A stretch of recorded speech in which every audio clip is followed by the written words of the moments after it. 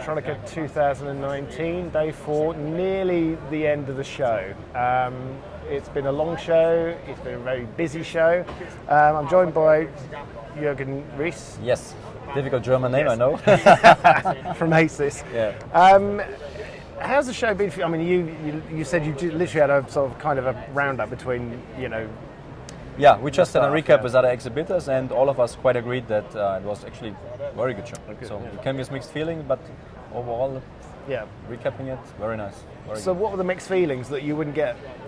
Well, because people, or? because industry news is not so good, so we are not sure how many people will come, how the quality of discussion will be, the leads you get, but it was from the amount of visitors, from the quality of discussions, leads, actual project discussions, the quality was really high. So that's good, really nice. Yeah. I've got an impression the interviews we've done here, we always pick, all the round tables always pick the same subject: Industry 4, the smart factory, connected, and big data, AI, all these things that we've been talking about for a long time. I get the feeling that the actual customers are starting to talk about these things now and taking it seriously. Yeah. Are you seeing that? That's funny that you mentioned it, because same discussion we had just now. Okay. 3-4 years ago, Industry 4.0, everybody talks, nobody has an idea really, but now this was also part of the discussion on the booth, really more dedicated about what are actual use cases, where does it make sense, where does it make sense to put a robot there, or how to automate it with an HEV or whatever it is. So it's much more quality behind of the discussion now. So easier for us as well in terms of automation, because they came like, okay, what do you have for Industry 4.0? Now it's more dedicated, and it helps us a lot in the new concepts we built as well in terms of machines and solutions to bring this now to the market, because the customer is much more grabbing this now.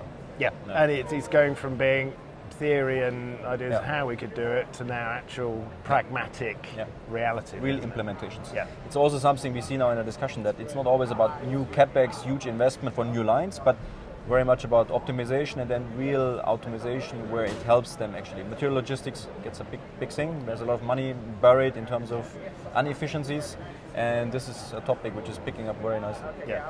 And do you think, industry is going to be put under more demands by environmental concerns now? People are going to be asking questions of what kind of wastage have you got? How are you becoming more efficient? How are you having less of an impact on the environment? And smart factories, AI, the whole Industry 4.0 actually helps efficiency, so it should help answer those questions, you think? Well, we see this coming from everywhere. I was also working for a long time, for almost 9 years in China, and even there you see that this kind of efficiencies, environmental questions, all of these things coming up, and yesterday when everybody wants to save somehow money, so reduce waste, reduce operator costs.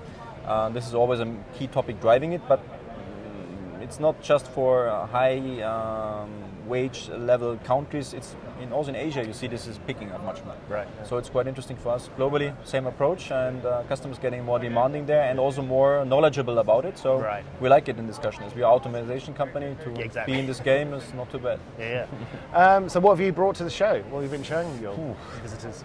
Difficult question, because everything is almost new. So.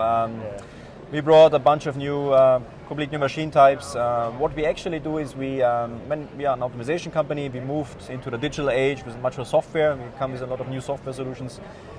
We connect all this kind of stuff now in terms of, as well on material logistics. So it's more the complete shop floor, having a smart machine combined into a smart line solution. This smart line communications with material logistics to help the operator, or to help to reduce operators in the end of the day. That's what it's about.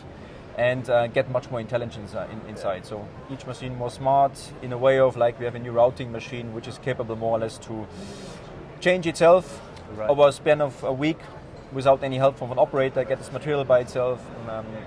Any waste material, it can, if you like it, like if you have a smart fridge, this machine as well can order whatever it needs by itself. Don't need anybody managing it anymore. You can remote access it. So what we do is we digitalize our machines, have offline capabilities in terms of digitalization. You can have the whole process tested offline already. Right. And as a manager, you can access it from everywhere in the world. You can take a look on the machine, what it's doing. So make the process digitalize, make the machine more smart, more capable, connected with the surroundings in your factory in terms of software solution, in terms of material logistics. So if you walk on the ASYS booth, ASYS, it's almost everything is somehow new, Yeah. upgraded. It's more smart, more connected, and it's like a one-shop solution. Yeah. Yeah. So. Are you inevitably the pace of development is now almost playing catch up with what we've been talking about for that time? Do you see that pace of development? Are you having to bring stuff to market more quickly now because people are clamoring for these solutions? Yes, it's somewhat accelerating. I mean, as I said, the customer is getting more knowledgeable, and now it's getting faster in terms of implementation. And once you start doing something like in this direction, then they're more like, oh, if you can do this, it would help us as well if you can maybe help us on this side. And where we moved quite a lot is in terms of software, because a lot of customers need somebody actually capable to integrate all this kind of different interfacing. It's not so easy to manage, especially for smaller companies which have not a huge IT department. So that's for us a huge topic currently, and it's definitely driving business. Very happy for this one. And so that's more of a partnering with some of the customers, isn't it? It's not just... Because you have to much more deep dive into their what's going on in the factory. Right. Because you have to understand how they organize themselves, how lines are managed within the factory, how material logistics is managed. So it's not just about, okay, I want to have a better printer or router. Yeah. It's really about a whole concept, and you really have to know how the people get managed there, and to try to get this supported somewhere with smart solutions. That's much more challenging, much more interesting. Yeah, well, exactly. But also, it's a fresh way of thinking for often the business itself. They ask these questions, but they've got to be prepared to implement change, haven't they? Absolutely. And for us, I mean, the challenge as well, do this globally. You have to be big enough with a global footprint that you can support this actually globally as well, because a lot of these companies, they have international setup, and they want to see the solutions everywhere, and you have to be capable to support this as well everywhere. Yeah, so and I guess different territories have slightly different... For sure they have, even if it's just from the kind of things they're manufacturing, they have different requirements, don't they? So that's the fun game in terms of software interfacing discussions. Yes. There's so much. yeah. Everyone is a bespoke one in some ways. What, from your point of view, seeing this over the years, what excites you most about what's happening now?